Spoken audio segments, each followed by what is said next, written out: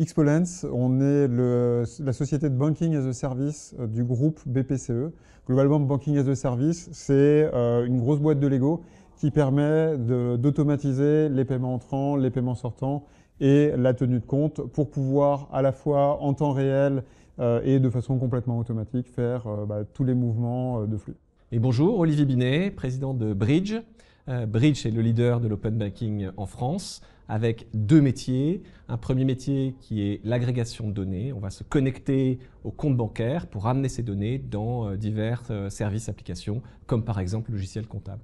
Puis un deuxième métier qui est l'initiation de virement. C'est la capacité à déclencher un virement depuis un environnement tiers. Donc on va parler d'OVO. OVO, c'est une marketplace qui permet à des vendeurs de voitures d'occasion de mettre en contact les acheteurs avec les vendeurs.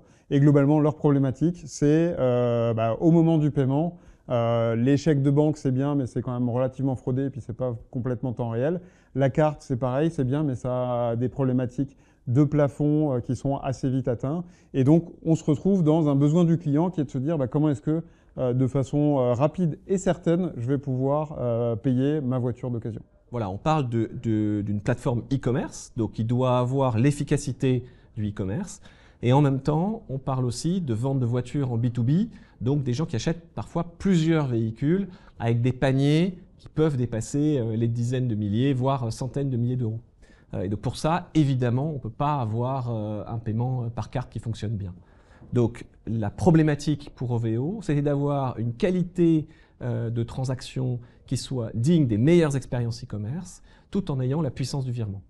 Et donc pour ça, ils ont fait appel à Bridge pour faire la partie initiation de virement, qui est une expérience très similaire à la carte, mais qui au final initie un virement.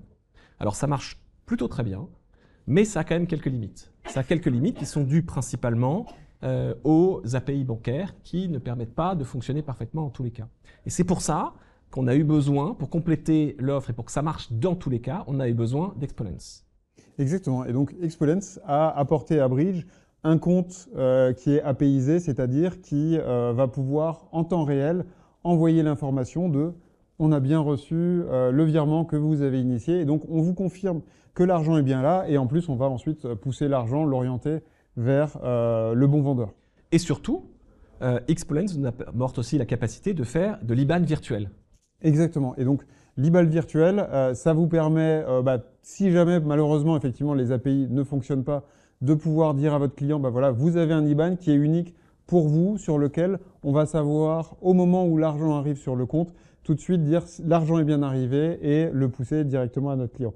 Ça a aussi un autre avantage, c'est que si jamais vous avez besoin, pour une raison X ou Y, si vous ne pouvez pas vendre une des voitures, finalement, vous pouvez faire le remboursement. C'est-à-dire que là aussi, par API, on va pouvoir initier un virement dans l'autre sens pour pouvoir rendre l'argent au client.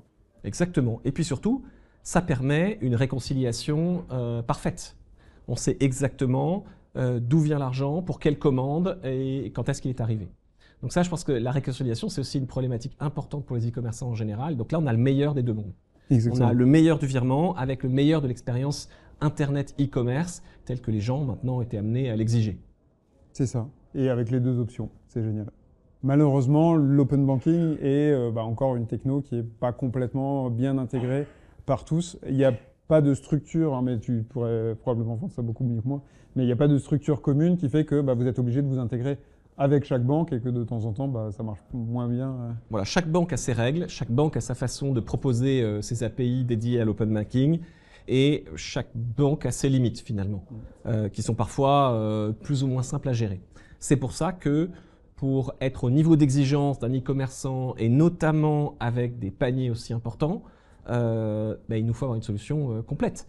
Donc quand on dit qu'un API ne fonctionne pas, c'est pas que l'API ne fonctionne pas, c'est plutôt que on a une réponse négative de la banque sans trop savoir pourquoi, comprendre pourquoi. Et ça aujourd'hui, c'est pas acceptable quand il y a de l'argent sur le compte, mais que le client ne peut pas aller au bout de sa transaction. C'est juste, ça rend les gens furieux. C'est une expérience catastrophique. Et donc c'est pour ça qu'il nous faut une solution complémentaire qui passe pas par ces tuyaux-là, qui passe par des tuyaux plus standards. Classique, ouais. Exactement, mais avec un IBAN dédié à cette transaction. C'est la notion de l'IBAN virtuel. Exactement. Alors la DSP3, elle va l'impacter positivement, enfin en théorie. En théorie, On va voir quand elle sera effectivement votée et puis après implémentée. Il y a quand même, on a encore pour quelques années. Mais l'accent est mis sur l'open banking et surtout sur la performance des API. La standardisation et la performance. Ce sont les deux grands problèmes qu'on a aujourd'hui, en l'occurrence en France, mais pas qu'en France, un peu partout en Europe. Donc on fonde de grands espoirs sur la DSP3, mais on n'attend pas. C'est-à-dire que OVO, sa problématique, c'est aujourd'hui, maintenant, chaque seconde, chaque commande. C'est pas peut-être dans 3 ans selon le bon vouloir des banques.